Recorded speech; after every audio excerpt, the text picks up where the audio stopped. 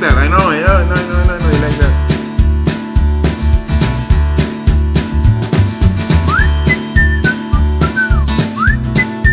Nababo kabalin, kamusta kayo po? My name is Louie and welcome to We're in Pampanga, where we help businesses promote their products and services to our We're in Pampanga community. That is you watching right now. For today's vlog, we would like to thank Lè Frenz for sending us our merienda for this afternoon, guys. I want to introduce them to you one by one, but before that, let me fix my hair again. Okay, let me introduce the delicacies that they sent us one by one, starting off from this lovely plate right here. So ito po ang kanilang mga cinnamon rolls. Next is this one. So this is what they call Milky Doughnuts. I can still remember nung bata-bata pa ako. So yung mga nagtitinda ng donuts sa mga daan, they are shaped like this, no? It is actually milky because it is parang meron siyang milk powder on top. Alright, so next is their carrot loaf cake, which is this one. I believe this is their one of popular product, no? So yeah, I'm really excited to try this. Check this out. And then lastly, meron tayo ditong lovely cans, no? You have your ube dream cake, and then this one is a tiramisu. This is a tiramisu.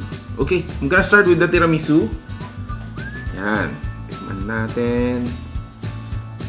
Ooh, soft. You have your parang chocolate flakes on top, and then I don't think this is cream cheese, or I don't know. Let me figure it out. Oh no. Para siyang frosting, Ooh, I like it. It has soft bread. I think it has how many layers, no? Parang may chocolate, and then yung frosting, and then the cake, and then another frosting, and then at the bottom, meron na naman siyang cake. Wow. Wow.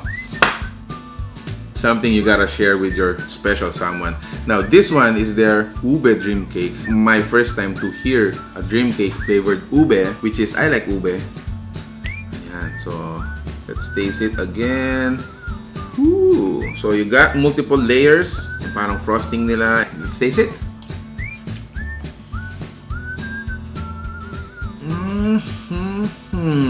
Sarap talaga ng ube. And I think, if I'm not mistaken, no, yung parang jam nila dito is ube halaya. Whoa, I like it. Amazing. It's just fantastic, man. Now, let me try this Milky Doughnuts nila. Again, this is not the usual round donuts. Although, that's just the parang the traditional shape ng donuts, no? Meron ng iba-ibang shapes, mga donuts natin. Anyway, so let me taste it.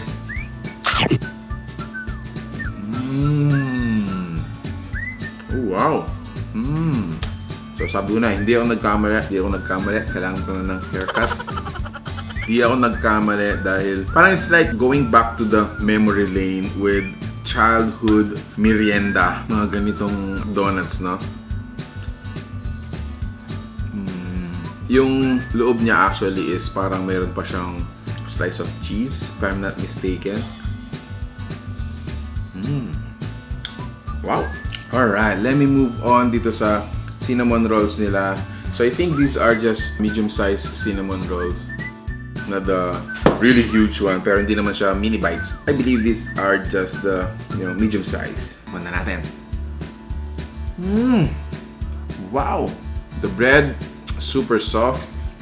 It's almost like, para sa akin, no? It's almost like a marshmallow nung pagkakagat ko. And then the cinnamon, it's just all over the bread.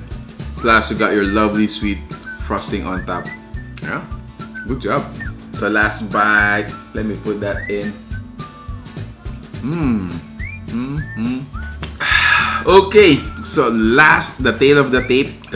Actually, hinuli ko talaga to kasi nung chinek ko yung fan page nila, this is just all over the feed. Parang this is their best seller. So this is the carrot loaf cake. You have nuts on top. Again, you have your grated carrots and chocolate. Parang meron din siyang white frosting. And then in the bread itself, of course, meron tayong carrots and then raisins and then the cake itself. So let me taste it now. The cake is moist, which is, I think it's parang rare siya sa mga ganitong klaseng loaf cakes, which is, I actually like sa mga cakes, no? Tikman natin for the second time. Yeah. Must try. It's a must try, guys. So there you have it, guys. If you are to ask me among the 5 sweets that they sent us, sino yung pipiliin ko? Of course, medyo bias ako dito. I'm gonna go for the ube dream cake, which is this one. So if you're interested to try this one as well and see it for yourself, make sure to check out their fan page.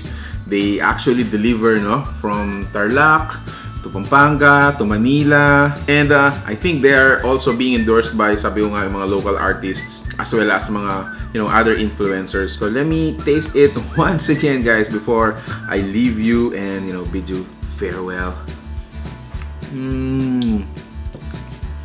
I just can't get enough. If you like the food you saw in this video, please give it a thumbs up. You share it with your friends. I hope to see you in the next video. Stay safe, stay at home, and God bless us all. Peace!